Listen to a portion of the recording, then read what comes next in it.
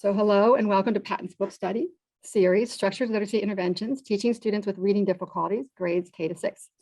My name is Dr. Pam Kassner, and I have the honor of serving as PaTTAN State Lead for Literacy.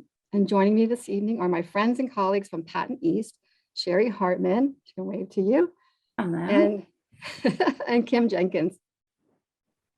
Okay, we have placed in the chat the link to this book study on the PaTTAN Literacy Resource Hub. Here you will find the book study schedule, information about the book, and a Padlet where recordings and related resources are shared. I did place it in the waiting room as well, and my colleagues will place it in the chat once again since we started. Allow me to briefly provide an overview of the link to the book study resources on the PaTTAN Literacy Resource Hub. I'm going to take you to the PaTTAN Literacy Resource Hub. Let me just start right here. And we will go right to the hub. So I'm just going to put my link in right there, just like you will. Here is the PaTTAN Literacy Resource Hub.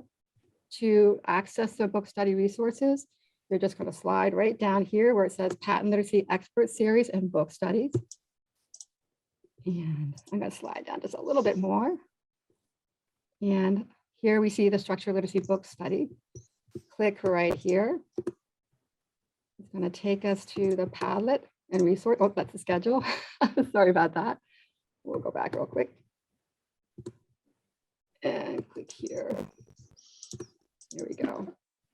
So there's Louise Spear-Swirling, the editor, and some information there for you. And right here is the Padlet. So here's what you need to do. You need to click on this square right in the corner. It's going to open that Padlet for you. And then here you can see all the resources for this evening under chapter 2. All right, so this is the PowerPoint presentation that Dr. Otaiba and Dr. Allor will review with you. These are the guiding questions that they created for this chapter. This link has some resources for you. These are tables from the chapter. And then these are all links that will be shared during the evening on one nice spot for you. Okay. All right, so now I'm going to turn it over to Sherry Hartman, who will introduce Dr. Otaiba and Dr. Allor. Great, thanks, Pam. Tonight we have Dr. Stephanie Otaiba. She serves as the editor-in-chief of the Journal of Learning Disabilities. Previously, she was an associate editor of the Educational Researcher and the Elementary School Journal, and she also serves on numerous editorial boards for scholarly journals in the field of education. For over a decade, she has served on review panels for grants for the Institute of Education Science and has reviewed for the Office of Special Education Programs. She is on the executive board for the International Dyslexia Association and in the past was vice president and president of the Division for Learning Disabilities of the Council for Exceptional Children. Dr. Otaiba has also consulted nationally and internationally related to literacy intervention, special education, and assessment. Dr. Jill Allor is a university distinguished professor and former chair of the Department of Teaching and Learning at Southern Methodist University. In 1996, she received her doctorate in special education from Peabody College of Vanderbilt University. A former special education teacher, her research is school-based and focuses on literacy acquisition for students with and without disabilities. She was awarded the 2000 Award for Outstanding Research by the Council on Learning Disabilities and is the co-recipient of the Best Article in Learning Disabilities Research and Practice for 1999. In 2012, the International Multisensory Structured Language Education Council presented her with the Innovator Award for Outstanding Educator. After being nominated by her students, she received the Rotunda Outstanding Professor Award at SMU in 2016. In 2019, she was awarded a Ford Research Fellowship from SMU. As principal, co-principal investigator, she has received nearly $10 million of external research funds, including a $3.3 million grant funded in 2020 by the Institute of Education Sciences to test the efficacy of the Friends on the Block literacy curriculum when provided to students with intensive needs. She has also received over $1 million to support teacher preparation and development in the area of literacy. In addition to publishing several early literacy programs for typical and struggling readers, as well as students with disabilities, she has also published over 40 peer-reviewed research articles and book chapters. Throughout her career, she has presented widely at national professional meetings and has led numerous professional development workshops on a wide variety of literacy-related topics, including peer tutoring, early literacy development, phonemic awareness instruction, literacy assessment, and early literacy text. Wow, I am certainly humbled and looking forward to your presentation tonight, ladies. And without any further ado, I'll turn it over to you all. Thank you, Sherry. I'd also like to give a shout out to a couple of collaborators that are online with us today. Our co-author, Dr. Jennifer Stewart, is online. Can you say hi, Jennifer? Jennifer has finished her PhD here at SMU, and she has done a lot of work in the area of literacy for supporting students with low incidence disabilities. Thanks, Jennifer. And we also have Charlotte Greger online with us, who is also a doctoral student here at SMU. She's a learning therapist. And between the four of us, we've got a lot of classroom teaching experience. And we really appreciate all the teachers being online with us tonight. Thank you for sharing your evening. And Pam and Sherry, thank you for that gracious introduction. And we appreciate Louise Spear-Swirling for inviting us to be part of this family of authors in what's turned out to be a really pretty interesting book. So thank you. I'm going a little too quickly there. I also want to acknowledge, you'll see a photo image a little bit later. We have a co-author within the Friends on the Block curriculum, Jennifer Cheatham, that's not on with us tonight. Jill and I have been very fortunate to have funding to do research into Friends on the Block. And part of what makes that great is we have had access to working with a wonderful team. And so we're very, very, very grateful for that. And we want to acknowledge tonight that we're going to be showing you a lot of examples that are specific to the Friends on the Block curriculum, because we have access to that without any copyright issues.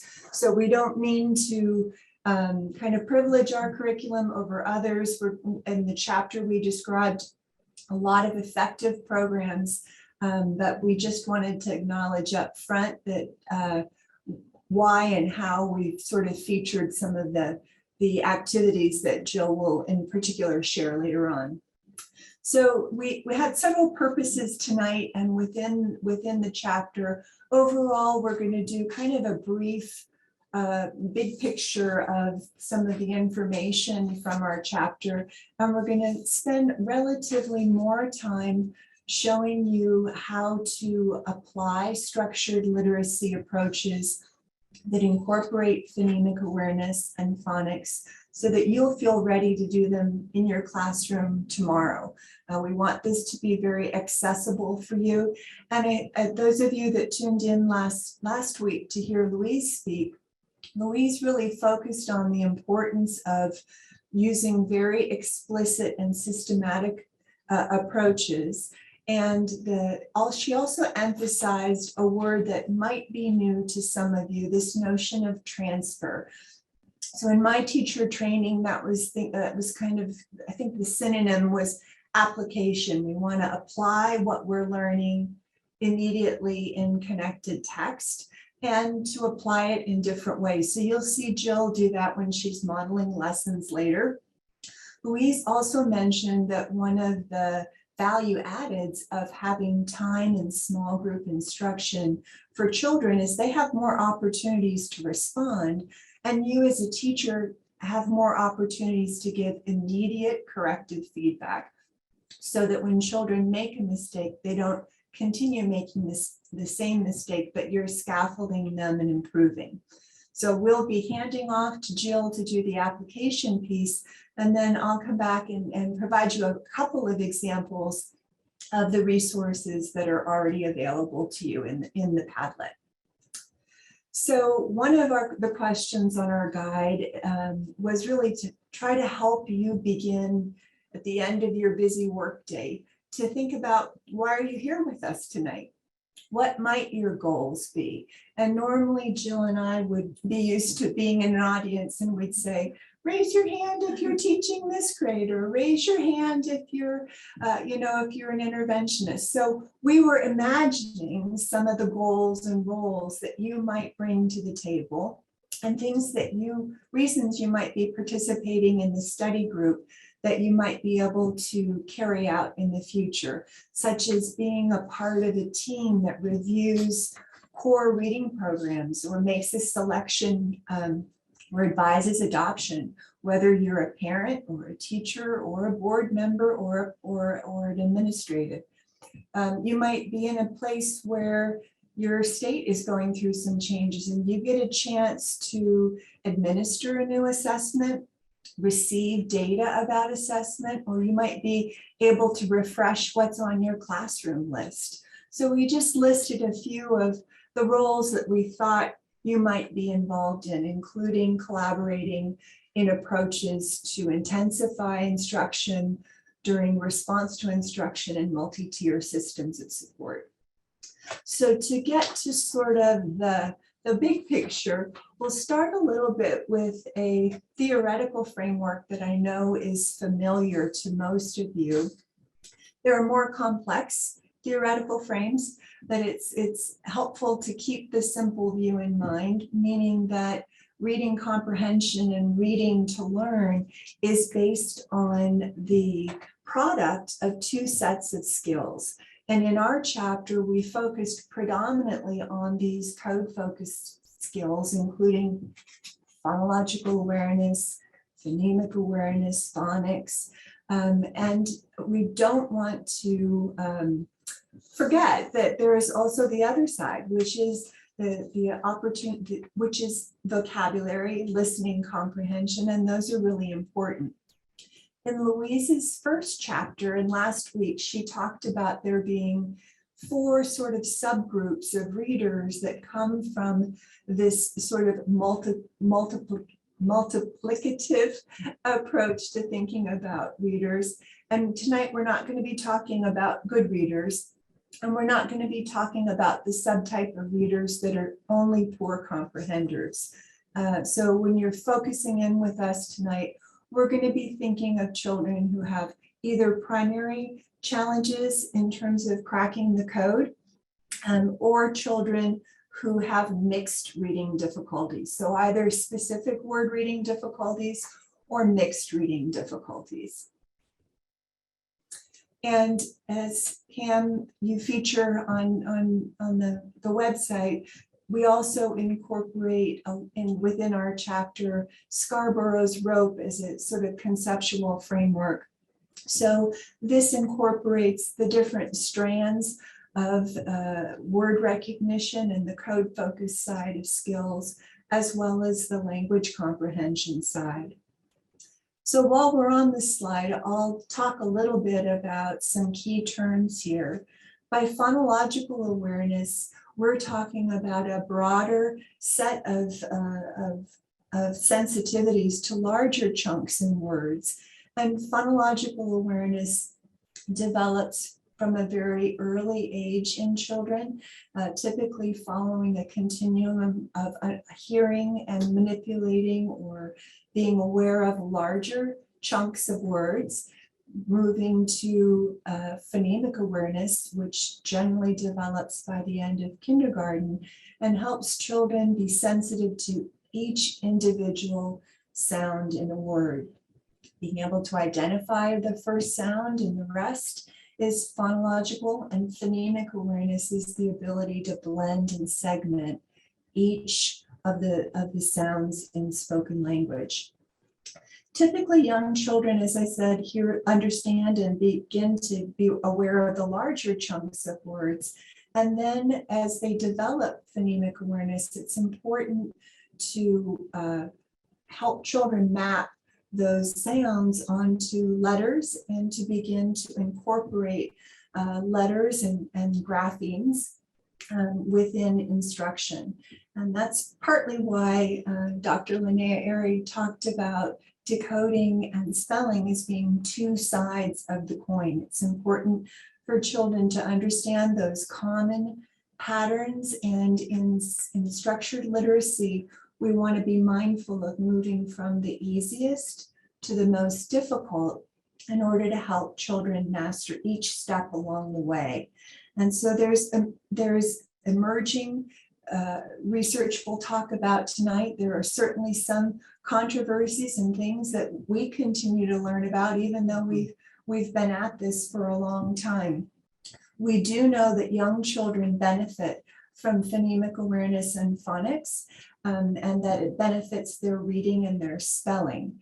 And so we're going to focus on those skills. We also know our colleague and co-author, Devin Kearns, will be talking next week more about multisyllabic words, and there certainly are a lot more morphemes or chunks of meaning in those longer words, and that other colleagues will be talking about spelling and multi-component interventions in future chapters. So we're going to be focusing more on the reading regular and some irregular words. I'll just mention up front that there is emerging research showing that while it's important to learn the syllable types and the patterns, it can also be helpful to build children's vocabulary and help them be able to recognize when something they're reading on a page and they pronounce doesn't match up to the irregularities that happen in English sometimes.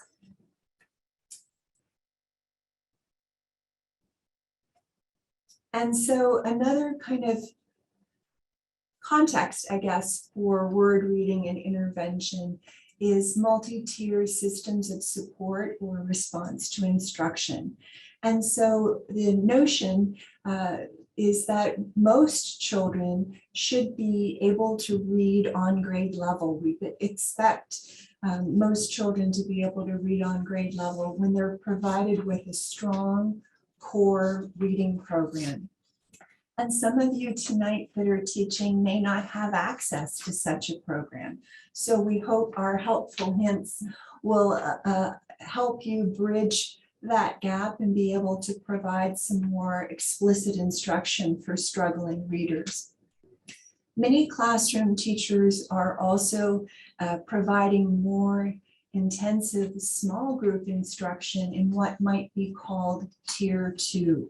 So the idea, as I mentioned earlier, is that will be focused more on specific skills that would allow you to maybe have more small group time, provide more opportunities to respond, additional preview or practice of critical skills, and then to help children transfer. So if they might learn how to read a word, you might support them in spelling that word or in writing sentences that include that word. Tier 3 in some areas might be special education, but generally speaking, Tier 3 within Gen Ed may be provided by more highly trained interventionists. It's intended to have even more intensity. And as you can see on the other side of this diagram, the idea is that as we go up in intensity, we also increase the frequency with which we assess children, so we can get a better idea more quickly whether what we're doing is making a difference. We mentioned in our chapter, and Louise mentioned last week, the idea of data-based individualization.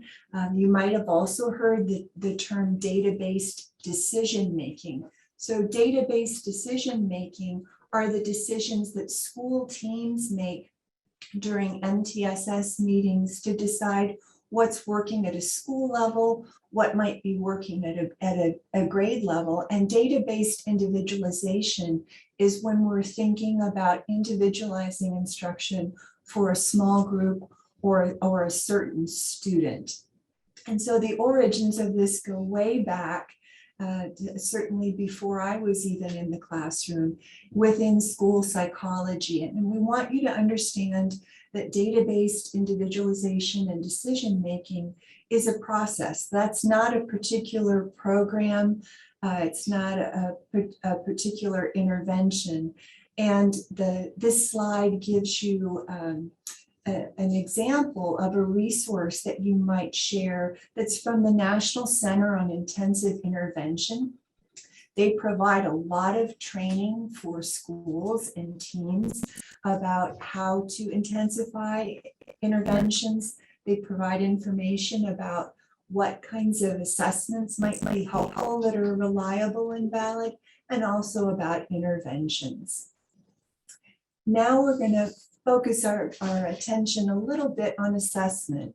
And I know you guys probably have a lot of assessment data flooding your inbox, and we want to be clear that what we're going to be talking about tonight is data that you can use, accessible data that helps you begin to form an idea of what are a student's strengths and what do they need to form a plan within an MTSS approach or within your own classroom that's based on that student's needs. To think about how you might group them for instruction, sometimes with a peer that's more competent and sometimes in a small homogeneous group so that you can really target those needs.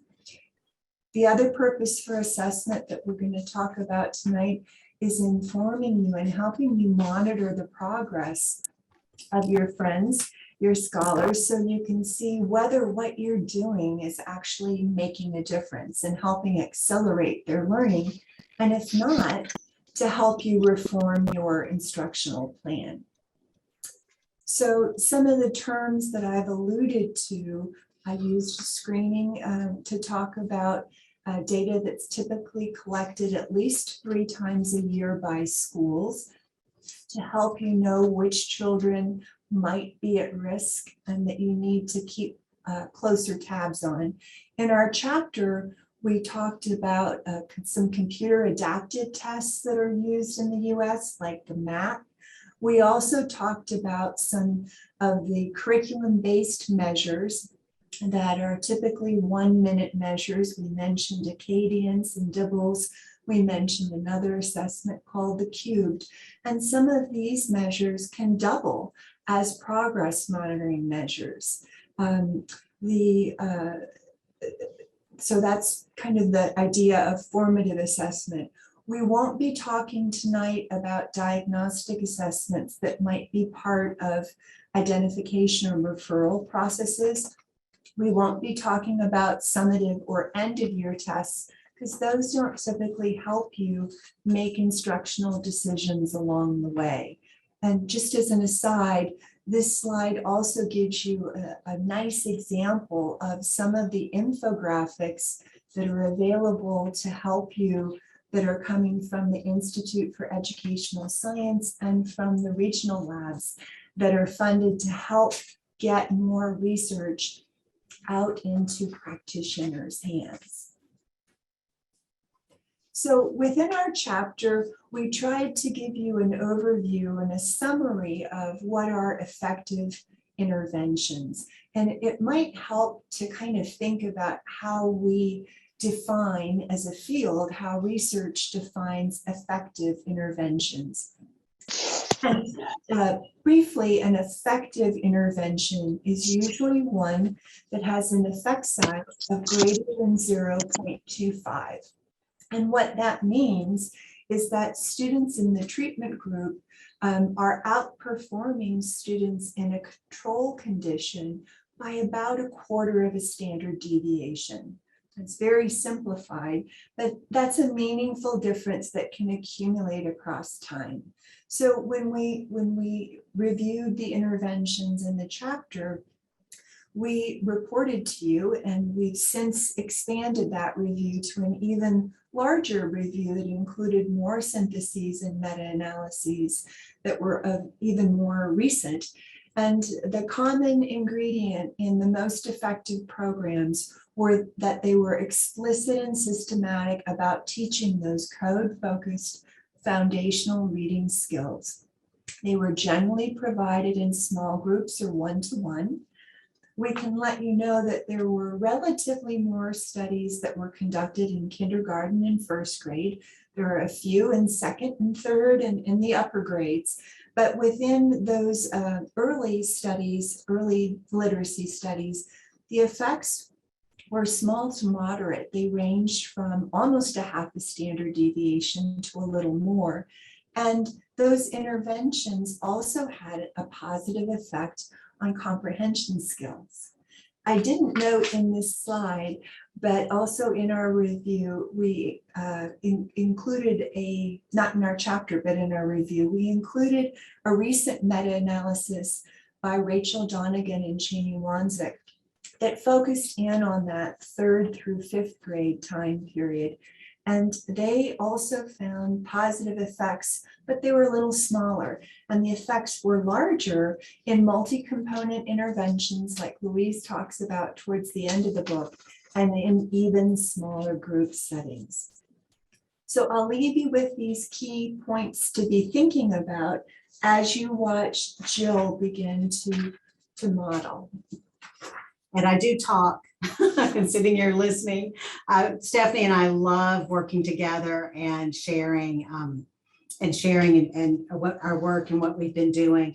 She's already talked about this graphic a little bit, but I will be referring back to it because I think one of the things I do want to make clear, even though we're focusing on word recognition and early phonemic awareness and phonics skills, as much as we can make these strands connect, that's going to be great for students. So we always want to be thinking about the meaning while we're teaching word recognition and how can we connect back to the meaning. So I will be showing you some of those things now. So right now I'm going to give you some instruction and intervention activities. I think I kind of got the fun part of the lecture because I'm able to demonstrate some of the fun activities that we have. In the book, in that chapter, we focused on how to implement some of the things that are in the What Works Clearinghouse practice guide. And that practice guide, there were 4 primary recommendations. The first one dealt with meaning and language, so we won't be talking about that a lot tonight, but of course it's incredibly important. The second one was really all about phonemic awareness, that you want to help students develop an awareness of the individual segments or sounds in our spoken language, and importantly, how that links to letters. So phonemic awareness and applying phonemic awareness with letters and learning those skills is what is a big part of our chapter. And that is that second recommendation. And I really want to put a plug in for the practice guide. If you haven't looked at the practice guide, it's got all kinds of examples and resources. It's extremely practical. And then it's also linking to the research. So you can find where the evidence is that supports the practices that are in the practice guide. But it really is very much how to. It's extremely applied. And then the third recommendation is some in our chapter, but also in some other chapters when you get into looking at longer words and multisyllabic words, but that emphasis on decoding words. And then I'll show you some examples of applying word recognition in connected text, because of course kids need to be practicing in connected text. So the first scenario we gave you as an example is a very typical student that we created this student to represent tons of students we've had experience with. So Maria is a first grader. She's got good letter sound knowledge. You know, when she sees a letter, she can tell you the sound. She's pretty good at segmenting the initial phoneme in a word. So if you said, what's the first sound in fish? She would be able to say, she's also really good at blending an onset and a rhyme. So if you did the opposite and said, listen, ish, what word? she would be able to blend that together. But she's really stuck in that she's not able to use that knowledge to figure out simple words. So if she was looking at a word like sit, she wouldn't be able to figure it out. She's also not recognizing any even simple high frequency words. So if you think back to what Louise talked about last week in these different profiles, she would either be a specific word recognition difficulties child or possibly mixed reading difficulties. As it's a little early to tell at this point how much difficulty she's going to have with comprehension. So this chart is not in the book, but I wanted to show it to you because it's a nice overview of the primary skills that we're talking about. This top row, I hope you can see my cursor. The top row is what Maria is already able to do.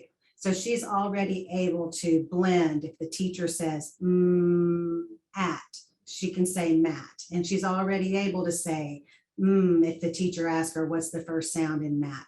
But where she's stuck is here, where we're doing phoneme by phoneme and linking that to letters. So she's not able to blend all the phonemes. So if you said at, she might say ma, she might say at. She's not putting all those sounds together. And she's also not able to say all those sounds. So if you asked her the sounds in mat, she might say mat, or she might just say she might say a different word. So she's having trouble with those segmenting every single sound within a word. And she's not using that, she's not able to use that skill because she hasn't mastered it to link to the print. I'm going to come back to this in a little bit, but that particular slide shows you this progression of getting from phonemic awareness to the alphabetic principle. And we really want to make sure students get to the alphabetic principle. A couple other points that I want to make is you can learn this second and third row together. You don't have to have this before you have this. Those two can happen at the same time. And there has been a little bit of controversy about that in some debate. And I really appreciated what Louise had to say in the first chapter and what we agree on about phonemic awareness. And some of the things that are very, very clear, I want to repeat here. And that is that phonemic awareness skills, being able to do this middle row alone is really important. Students need to be able to do this. And that in pre-K and in early kindergarten, really all four of these boxes are great to practice without the print. But early on, the key is when you can, you want to add letters. And once students know their letters, there are just so many advantages to pairing up the second row and the third row. And I'm about to show you some examples of how to go about doing that. And then as a teacher, it's important for you to understand the difference between these skills. You know, students need to have this skill and be able to do this second row and listening and speaking without any print, but you can learn that with the print. Anything you want to add there, Stephanie?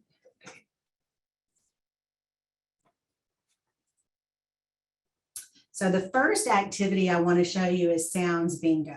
And if you think back to Maria, she actually knows a lot of letter sounds. You might not even want to use this activity with Maria because you can go to what the next one is, and I'll show you in just a second, and add the print. But I wanted to demonstrate this with you because if Maria had had this kind of activity in pre-K and kindergarten, she may not be as far behind as she is. So I'm going to demonstrate this game two different ways. The first way is teaching students how to blend.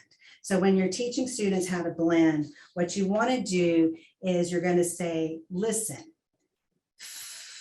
ish. What sound is that? I mean, what word is that?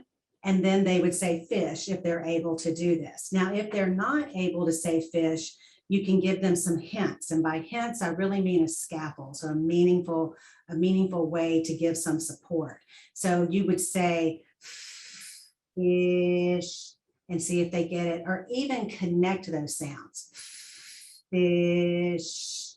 You notice I didn't even stop between the sounds. And if the student still doesn't know what it is, just tell them fish, have them repeat fish. And if you're playing our game, then you can find the picture of the fish and put your bingo marker on there. So they can get a lot of practice with this game, which is something we wanted. The reason we wanted to show you this particular activity is it's just a great way to get kids a lot of practice. It's very engaging, and you'll notice that it's connecting to something meaningful. That's one of the advantages of you doing phonemic awareness without print is you have lots of choices of words you can use. So fish is an example. If they don't know that SH says shh, you wouldn't want to use that with print, but you can do that whenever you're not using the print. So another example would be listen. Sheep. What word? And maybe they would know sheep, or if they couldn't get it, then you can go ahead and model connecting and go sheep.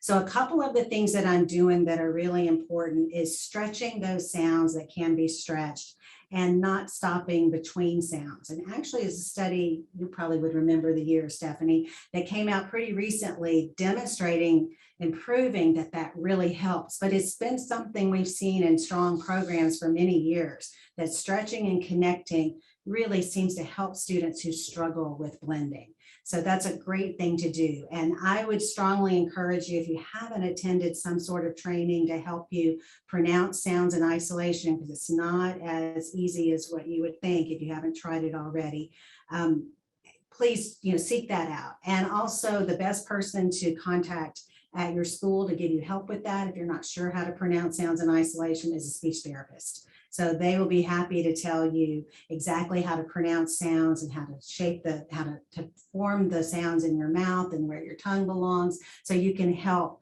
make sure students are pronouncing those sounds correctly and they're better able to blend.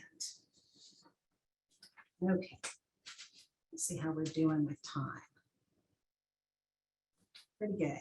Okay, so the next activity I'm going to show you is linking that second row and the third row. So we're linking phonemic awareness to the print.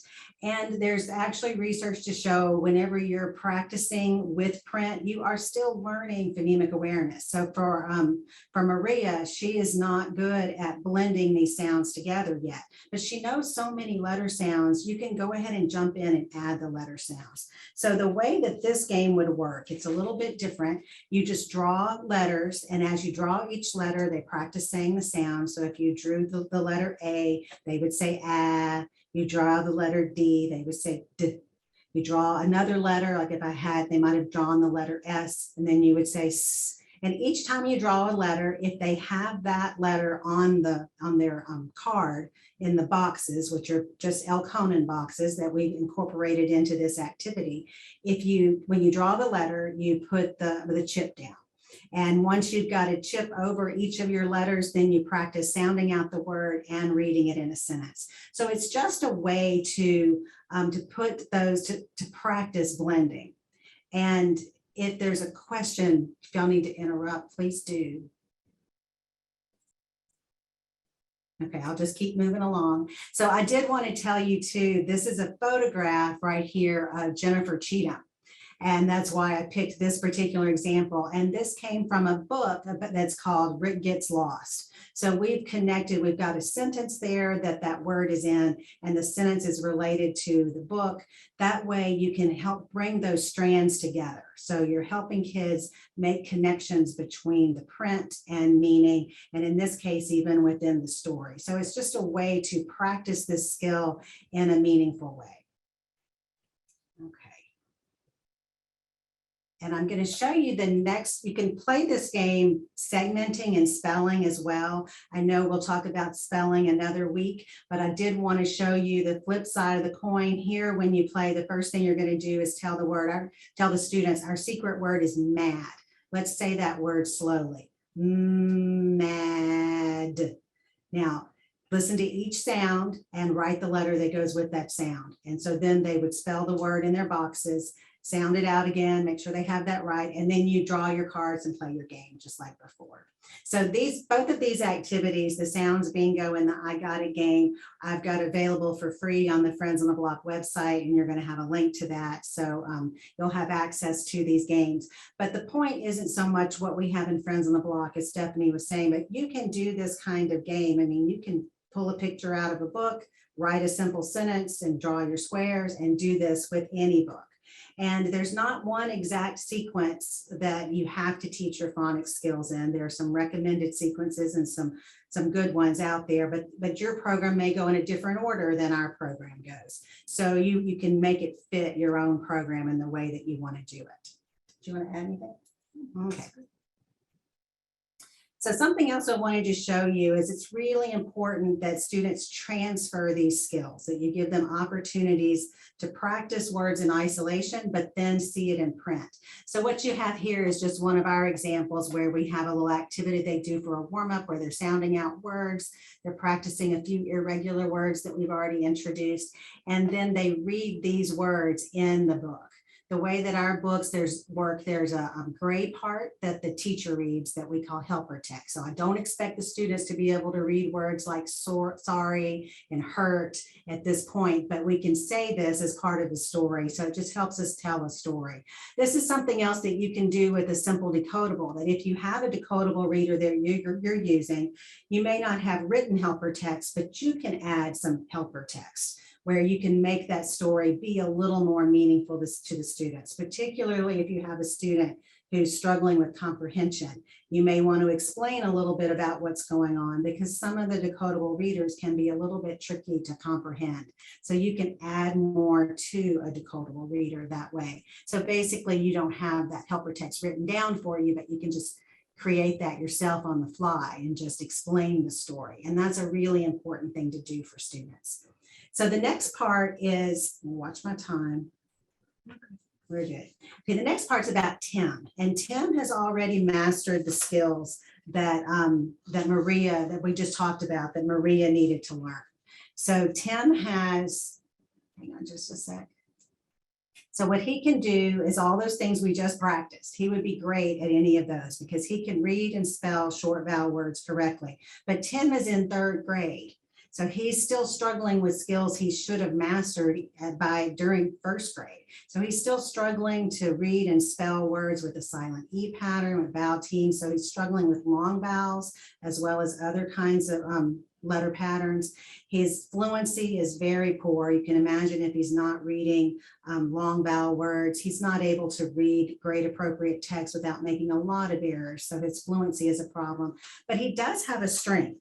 And one of his strengths is listening comprehension. So when you read to him, he understands what he reads a lot. So this is kind of that classic child that has a specific word recognition difficulty, but doesn't have trouble processing language. So he's not having trouble with listening comprehension.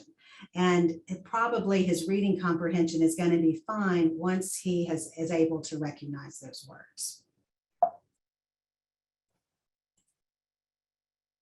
So he can benefit from playing the I Got It game as well. But what we're doing here is teaching those advanced patterns. He's probably doing a really good job of blending. So if he's able to do lots of consonant, vowel, consonant words, he'll probably be able to blend. So if I said the sounds p, l, a, he can probably come up with play without any problem, but where he's struggling is he hasn't learned that AY pattern. So this is just another way he can develop that skill and focus in on that AY pattern. You can do the same thing with the segmenting to spell. I'm not going to go into that one too much because that's what Louisa Moats will discuss in her chapter on spelling. But as Stephanie said earlier, it's really 2 sides of a coin where they're going to be sounding out words and being able to spell those same words.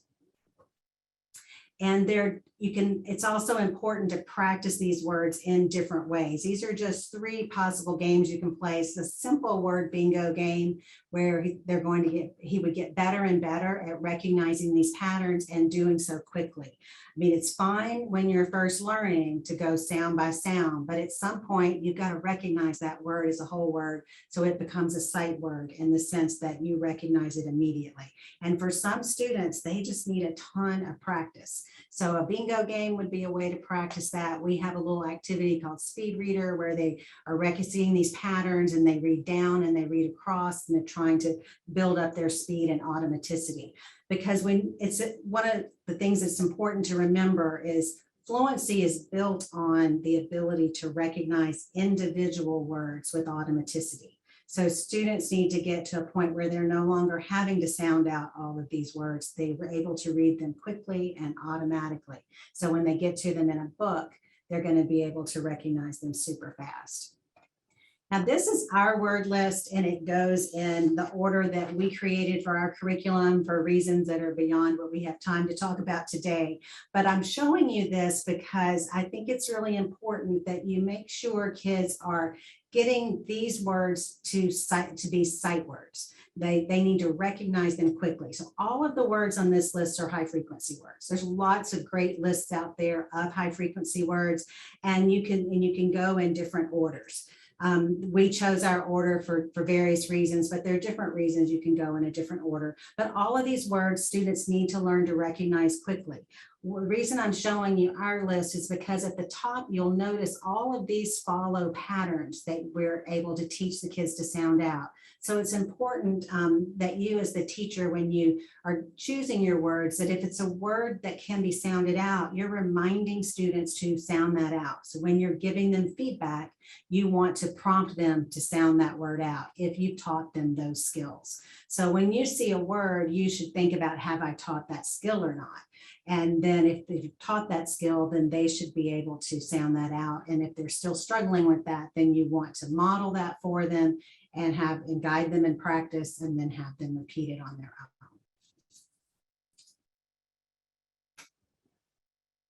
One other point that I wanted to make here was that we all agree that it's important to teach really common letter patterns, but we don't really know how many letter patterns do you teach all of those uncommon ones too. And we did talk about in the chapter about the self-teaching hypothesis. And as students learn different patterns and they start to pick up on new patterns, usually pretty easily. And some kids need, of course, a lot more practice and a lot more explicit instruction than others do. So just wanted to make that point that there's not one exact sequence, and there's still some things that we're trying to figure out with research as to what's ideal for different types of students. And I think we could also make the point here that we're reinforcing these letter sound correspondences and decoding, and that we want to emphasize that learning a few irregular words in the beginning alongside those skills can be a support. We're not suggesting that we want to encourage kids to guess. We're really emphasizing phonics. But in the review that we've done, we haven't seen studies that have shown that it hurt alongside a strong grapheme phoneme correspondence to teach a few sight words and to help children recognize chunks of words that they might be able to read by analogy, or being able to pick off the S at the end of the word that would be an affix, like the S at the end of boots. Right? Absolutely. We do know that once students are good at sounding out, they're able to recognize irregular words more easily and learn them much more quickly.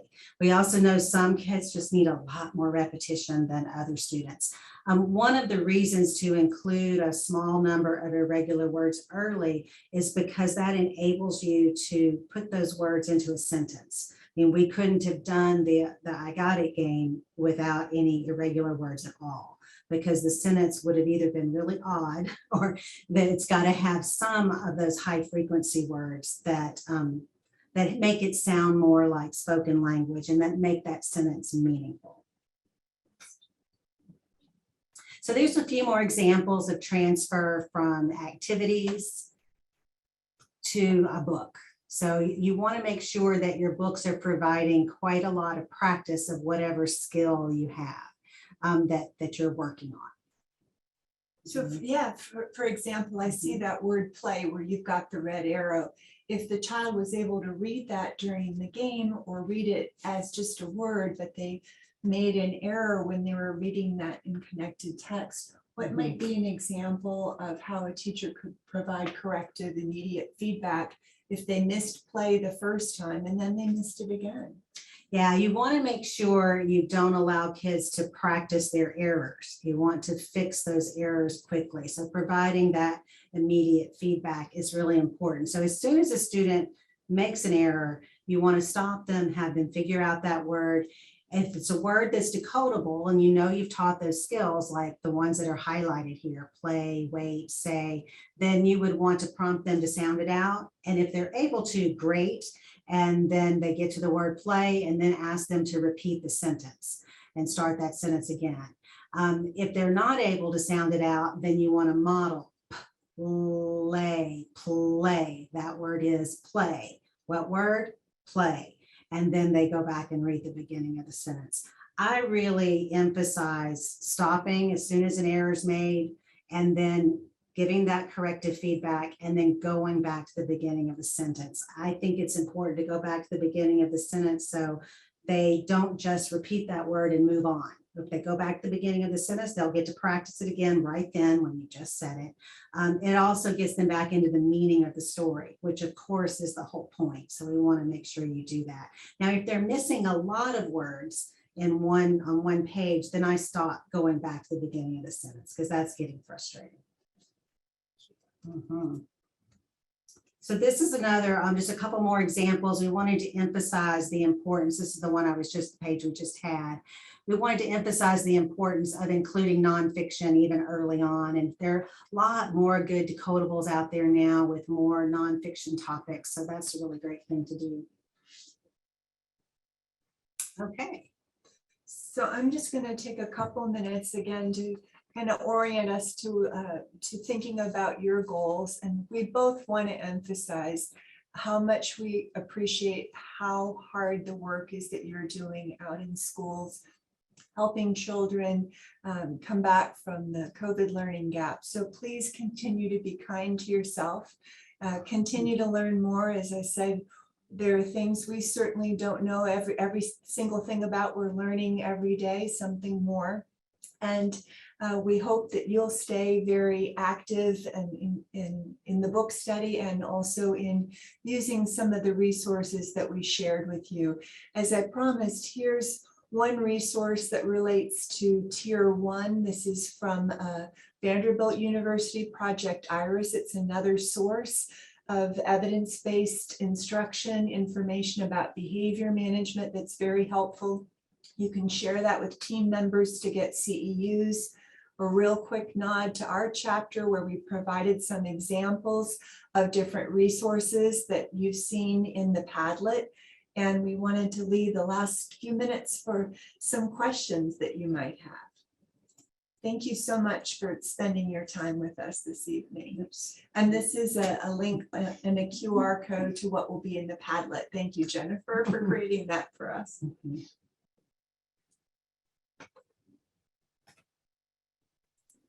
We have not been monitoring the chat. We've been looking No at idea. our screen and little images. It's like the tiny, tiny army of Brady Bunch around the screen there. Okay, if you have any questions, I'd like to ask you to please enter them into the chat and we will share those with our presenters. Dr. Otaiba and Dr. Allor, I have been, as questions come in, doing my best to send you those questions in a direct message. So likely you're seeing them. Please let me know if you're not. I've been trying to curate them, but I think you should be able to see them. And we'll collect those, all of them. And we can't address all of them this evening, but are you able to see them? Yes. We're looking at the chat now. Okay, so here we go. Is that what you mean, Pam, that you had them in the chat to us, correct? Yes, as they came in, I think I got everything, but maybe not. I directly sent them to you. There are some overlaps, so. Sure. Yeah, Jill's highlighting one of them. There is some conversation in the field right now about whether we should teach phonemic awareness at all with absolutely no letters and sounds. And I think as Jill sort of reinforced today, there's a role sometimes for teaching some phonemic activities before children are able to fully decode a particular pattern in a word. So she gave the example of sheep and thinking of a digraph. We're not encouraging that for a long period of time. We certainly wouldn't withhold letters and sounds. The research suggests that as quickly as possible, we get into linking letters and sounds, graphemes and phonemes. And I think there's also some controversy in the field about whether to prolong phonemic awareness instruction into more advanced levels of phonemic awareness and not to do that at the cost of spending time with phonemic awareness. So the examples that Jill's been giving today were for a struggling first grader and for a third grader. You notice we didn't spend a lot of time with advanced phonemic skills for Tim. He had those under his belt. We don't want to waste instructional time. We want to help the children have a chance to practice and connect to meaning. Yeah, a couple of thoughts about that. One is to remember that you're teaching multiple skills in the same lesson, or certainly in the same week, where you want to cover letter sounds, you want to cover phonemic awareness, and as much as you can connect those, that's great. And I would say add letters as soon as you can. I did a study back, I think it came out like 2006, where we had a different little game. It's kind of like our I Got It game, but it was print and phonemic awareness. And the purpose of the study was to improve phonemic awareness, even though the game, the activity, had print in it. So you can definitely, I mean, what everybody's saying is very true. You can develop phonemic awareness when you do activities that have print included. So I think it's great to include print as much as you can. But then there are some reasons, especially for pre-K, when they don't know many letter sounds yet. When you're first, and when my kids were little, we'd be in the bathtub and I would go, oh, what's my secret word? And they would say soap. So there's lots of good, fun ways you can do phonemic awareness without the print early on. But when you hit, I would say the middle of kindergarten for sure, you should have letters in those activities. So something like the I Got It game, Elkonin boxes with letters is really important. Let's see. There's another question just up there, sure. Jill, that was, do you feel that this year's percentages per tier 2 and tier 3 are higher than usual? I feel like in a lot of the schools where I've done research, the pyramid's actually been upside down. And so we have way too many kids and we haven't seen the more current NAEP or state level data, but certainly the trends that principals are reporting to us and teachers are that it's been devastating, especially to second and third graders who missed out on some key instructional years. So I feel like there is likely to be a lot more need for tier 2 and for acceleration. I think it's encouraging to think about including parents as partners whenever when they're able to help with that. And I hope that schools are also able to align the materials that might be available in after school programs and what's happening in tier 1 and beyond, so that children are learning consistent and aligned instructional routines. There are some really good questions here. It's killing me. We're not going to have time to answer very many of them. The one about how many high frequency words are appropriate for kinder to learn. There's a great, Tim Shanahan has a wonderful, a couple of blogs on that I'll just direct you to that. Let's see. And there were a couple of questions about blending using your fingers. I think it's really great to have something concrete, and you can't lose your fingers. So your fingers are pretty handy. So I like doing fingers. You can do it this way. You can do chips. I mean, I don't think which way matters, but I think having a visual representation for each sound is very helpful. How much carryover practice do you ask parents to do at home each day with students? I'll comment a little bit about homework. I like sending home things that the students have already pretty well know, but they need practice. So I wouldn't send anything new home. I think fun, engaging practice, and I would think you want to meet with families as much as you can to show them what's necessary. And a couple of the big ideas with parents is I always tell them to help their child if they have any troubles, keep it happy. If it's not happy, stop, and talk to your teacher. Because if it's not a happy time, you want to get some advice from the teacher. For that. And I know we're almost out of time. Yeah. I'll just point out that the regional lab resources also have videos for parents that are in English and in Spanish. So sharing ways that parents can read to their children, sharing books, sharing when it might be appropriate to do e-readers.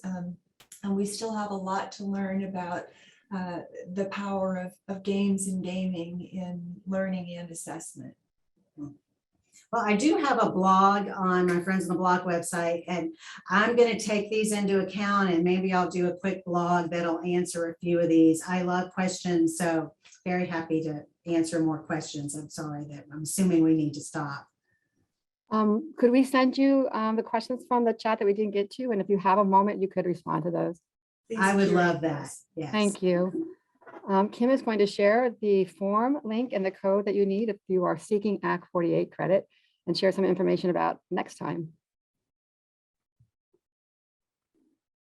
Yes, thank you for joining us for this evening's book study session. We're grateful to Dr. Otaiba and Dr. Allor for deepening our knowledge of Chapter 2, Structured Literacy Intervention for Phonemic Awareness and Basic Word Recognition Skills. The recording for this presentation will be added to the PaTTAN Literacy Resource Hub, and you'll be able to access it there. For those seeking Act 48 credit, please click on the link that I put in the chat.